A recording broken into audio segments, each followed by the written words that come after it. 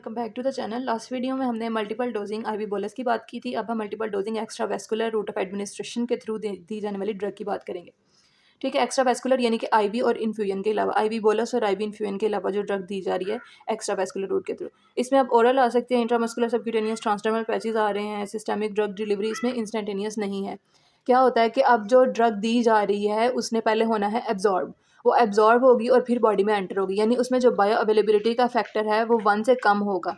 जो बोलस और इन्फ्यूजन होते हैं उसमें बायो अवेलेबिलिटी 1 के इक्वल होती है या 100% होती है उसमें बायो अवेलेबिलिटी। लेकिन एक्स्ट्रा वेस्कुलर में क्या होगा कि ड्रग जो है वो पहले एब्जॉर्ब होगी और फिर उसके जो है ना वो स्पेसिफिक लेवल्स जो हैं बॉडी के अंदर अचीव होंगे, यानी उसकी पहले एब्जॉर्प्शन होगी फिर उसकी बायो अवेलेबिलिटी होगी, और बायो अवेलेबिलिटी ज़ाहिर है कि फिर 100% से कम ही होगी। इसका ग्राफ कुछ इस तरह से है कि अगर हम सिंपल सिंगल डोज की बात करें ना, सिंगल डोज ओरल की, तो उसमें यूं इधर से लेकर इधर तक आ जाता है। ठीक है कि एक इसमें क्रेस्ट होता है और फिर वो ट्रफ की तरफ आ जाती है। यहाँ से ड्रग जो है वो एब्जॉर्ब हो रही होती है, बॉडी के अंदर जा रही होती है, पीक लेवल्स अचीव करती है। ठीक है, सीपी मैक्स तक जाती है और फिर ये किस टाइम पे जा रही होती है, ये टी मैक्स पे, सीपी मैक्स पे पहुँचती है और फिर ये वापस सीपी मिनिमम पे चली जाती है। ठीक है, हम क्या करेंगे कि अब एक स्पेसिफिक डोजेज इंटरवल के बाद, यानी टाओ के बाद, डोज इंटरवल के बाद हम नेक्स्ट डोज दे देंगे इस तरह से कि इनमें डोज भी सेम है, सेम डोज और सेम इंटरवल्स हैं। ठीक है, सेम इंटरवल के बाद हम डोज दे रहे हैं और डोज भी सेम है। हम डोज दे देंगे इस तरह से कि वो पूरी तरह से एलिमिनेट बॉडी से भी नहीं हुई थी और हमने अगली डोज दे दी। इसकी वजह से क्या होगा कि ये डोज इसके ऊपर सुपर इम्पोज होगी। सुपर इम्पोज होगी तो नेक्स्ट आने वाली डोज का जो लेवल है वो इससे ज़्यादा होगा।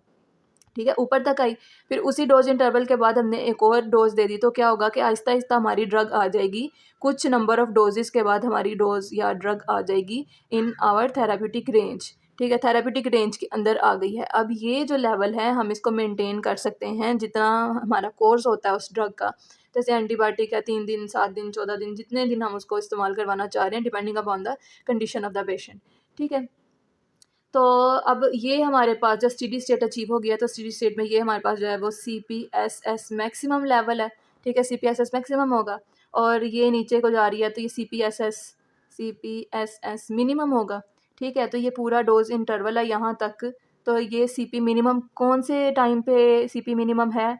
इंटरवल पे, टाओ पे। और ये CP मैक्स किस पे है? ये जो यहाँ वाली वैल्यू होती है वो किस पे होती है? टी मैक्स पे होती है। ठीक है, जैसे हमने देखा कि CP मैक्स किस पे, CP मैक्स होता है टी मैक्स पे। तो ये मैं बातें इसलिए बता रही हूँ, ये आगे आपको फार्मूलाज में हेल्प करेंगी। ठीक है, ये आपने ग्राफ देख लिया, इस ग्राफ से आपको पता होना चाहिए कि CP मैक्सिमम क्या है। फॉर एग्जांपल ये पहली डोज है तो ये CP1 मैक्सिमम है और ये CP1 मिनिमम है। अगली डोज का ये CP2 मिनिमम होगा, मैक्सिमम होगा, और ये CP2 मिनिमम होगा। ठीक है, जैसे ही ड्रग हमारी स्टेडी स्टेट में आ गई, स्टेडी स्टेट अचीव हो गई, तो इसमें ऊपर वाला जो क्रेस्ट होता है वो CPSS मैक्सिमम कहलाता है। CPSS मैक्सिमम किस टाइम पे होता है? टी मैक्स पे होता है। ठीक है, और CPSS मिनिमम क्या है? इसका जो ट्रफ है वो CPSS मिनिमम है और किस टाइम पे है? ये एक टाओ या डोजेज इंटरवल पूरा होने के बाद। तो ये पॉइंट्स आपने याद रखने हैं, आगे फार्मूलाज में ये हेल्प करेंगे। फिर हमारी हैं आगे अजम्पशंस। अजम्पशंस वही वाली हैं जो हम पहले भी देख चुके हैं। अजम्पशंस में क्या है जनाब के लीनियर फार्माकोकाइनेटिक सप्लाई होती है। लीनियर फार्माकोकाइनेटिक सप्लाई हो रही है यानी कि वो पैसिव डिफिजन को फॉलो करता है, फर्स्ट ऑर्डर प्रोसेस को फॉलो करता है, और tissue can take infinite amount of drug if necessary. ये पॉइंट हमने पहले भी देखा था आईवी मल्टीपल बोलस वाले में, कि जो टिश्यू है वो इन्फिनिट अमाउंट ऑफ ड्रग को अपने अंदर ले सकता है जब उसको ज़रूरत पड़े। स्पेसिफिक पैरामीटर्स जैसे volume of distribution, half life और एलिमिनेशन रेट कांस्टेंट कहते हैं कि ये डोज के इंडिपेंडेंट है। डोज हमने कांस्टेंट ली हुई है, डोज चेंज नहीं कर रहे, तो ये जितने भी पैरामीटर्स हैं ये डोज पे इंडिपेंडेंट है। अगली चीज़ कहता है कि जो टाइम इंटरवल आपने लिया गया है वो भी कांस्टेंट है, तो ये भी हमने पहले बात कर ली कि डोज इंटरवल भी हमने सेम रखा है, उसको भी चेंज नहीं करना।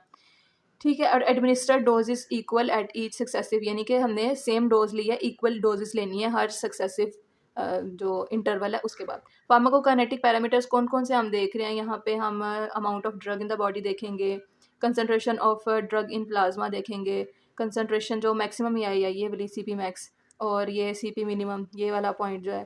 फिर CPSS जो अचीव हो जाती है हमारी स्टेडी स्टेट, तो स्टेडी स्टेट पे मैक्सिमम, स्टेडी स्टेट पे मिनिमम, और इनका एवरेज क्या आता है हमारे पास। ठीक है, फिर ड्रग की अकमुलेशन है, ड्रग की फ्लक्चुएशन है, नंबर ऑफ डोजेज हैं जो एक फ्रैक्शन ऑफ स्टेडी स्टेट को अचीव करने के लिए हमें ज़रूरी होते हैं, लोडिंग डोज और मेंटेनेंस डोज है। Amount of drug in the body, इसके लिए जो है वो हमारे पास ज़ाहिर है बायो अवेलेबिलिटी का फैक्टर आ जाता है, इसको हम पहले लिख लेते हैं। ठीक है, क्या है amount of drug in the body? XT is equal to F X naught K A divided by के ए माइनस के ए क्या है हमारे पास एब्जॉर्प्शन रेट कांस्टेंट और के क्या है एलिमिनेशन रेट कांस्टेंट। आगे हमारी आ गई है दोस्त रेशो। ठीक है, दोस्त रेशो हमने कहा था कि ये वो वाली वैल्यू होती है जो हेल्प करती है सिंगल डोज डाटा को मल्टीपल डोज डाटा में कन्वर्ट करने के लिए, into multiply by E minus के टी। ठीक है, ये टाउ है, ये भी टाउ है, ये टी है। -1 minus e minus n k a tau divided by 1 minus e minus k a tau into e minus k a t. ये हमारे पास amount of drug in the body आ जाएगी। अब कंसंट्रेशन के लिए क्या करेंगे कि यही अमाउंट जो है वो उसको वॉल्यूम से डिवाइड कर दो तो कंसंट्रेशन की वैल्यूज़ आ जाती हैं। ठीक है, कि कंसंट्रेशन अगर हम बॉडी के अंदर CPT कहें तो इधर वॉल्यूम का फैक्टर आ जाएगा FX0 K A divided by volume के ए माइनस के। ये बाकी वैल्यू उसी तरह से आ जाएगी 1 माइनस ई माइनस एन के tau divided by 1 minus e minus के टाउ ई माइनस के T plus 1 minus e minus n k a tau divided by 1 minus ई। ठीक है, ये बात हमने की है nth डोज के लिए। अब जो सी भी डोज हमने लेनी है, फॉर एग्जांपल अगर CP1 लेते हैं तो n हमारे पास 1 होगा। ठीक है, तो ये हमारे पास कंसंट्रेशन भी आ गई। CP मैक्स हमने देखा था कि किस पे होता है, T मैक्स पे हमारी जो कंसंट्रेशन है वो CP मैक्स होती है। तो अब यही वाला फार्मूला लेके तो ये वाला जो T है और ये वाला T है इसकी जगह हम T मैक्स लिख देंगे। और CP मिनिमम किस पे होती है, CP मैक्स होती है हमारी T is equal to T max पे। ठीक है, वो यूज़ करेंगे। और CP मिनिमम हमने अभी देखा था कि क्या होती है, T is equal to tau पे। तो अब हम अगर इसको भी लिख लें इन दोनों वैल्यूज़ को, तो ज़रा मैं फार्मूला लिख लूँ पहले। ठीक है, तो CP मैक्सिमम में हमने क्या लिख लेना है, इधर लिख लेना है T मैक्स, इधर भी लिख लेना है T मैक्स, बाकी जो वैल्यू है वो सेम ऊपर वाली ही है। और यहाँ पे क्या लिख लेंगे हम, के बाद T जो है वो डोज इंटरवल के बराबर लिख लेंगे, टाउ के बराबर। ठीक है, तो बाकी वैल्यू जो है वो इसकी ऊपर वाली ही है। तो मतलब CP मैक्सिमम क्या होता है कि जब टाइम हमारे पास T मैक्स होगा, और CP मिनिमम कब होता है, जब हमारे पास टाइम जो है वो डोज इंटरवल के बराबर होता है। ये चीज़ हमने अभी पीछे ग्राफ में भी समझी थी।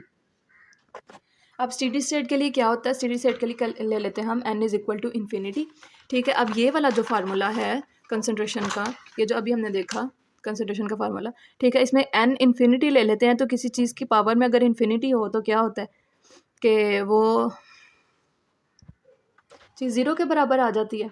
ठीक है, तो 1 में से 0 निकालेंगे तो बाकी 1 ही बचेगा। तो ये पूरा जो न्यूमरेटर है, ये भी और ये भी, उधर सिर्फ 1 आ जाता है।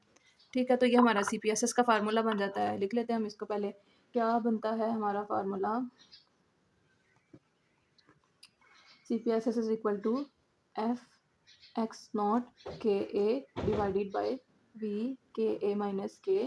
ठीक है, और इधर क्या होगा कि न्यूमरेटर में सिर्फ 1 रह गया। क्यों? क्योंकि वो पूरा उसके साथ जो 1 के साथ वाली वैल्यू थी ई की पावर फलाना फलाना, तो वो जो है वो 0 के बराबर हो गया। 1 में से 0 निकाला तो बाकी 1 ही बचा।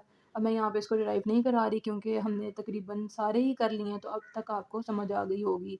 तो अगर आपको नहीं समझ आई तो उसको ज़रा पीछे से निकाल के पहले रिवाइज़ करें और फिर आगे आएँ। ठीक है, तो अब ये सेकंड वाला फैक्टर भी हम इस तरह से लिख रहे हैं, 1 minus e minus k a tau into e minus k a t. ये हमारे पास हो गई CPSS की वैल्यू। CPSS मैक्सिमम में क्या होगा कि ये वाला टाइम हम T मैक्स लिख लेंगे। CPSS मिनिमम में क्या होगा कि यही वाला टाइम हम जो है वो उसे टाइम जो इंटरवल है वो लिख लेंगे। ठीक है, इसको अब लिख लेते हैं हम।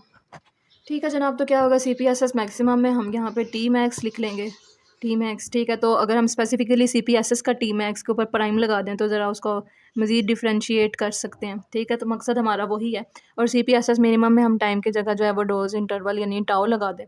तो इधर के ए था, के ए, हाँ जी, और ये 1 माइनस है, ये तो आपको पता ही चल गया होना है। ठीक है, तो आगे एवरेज के लिए हमारे पास डिफरेंट फार्मूलाज हैं, जैसे FX0 divided by volume, elimination rate constant और टाउ।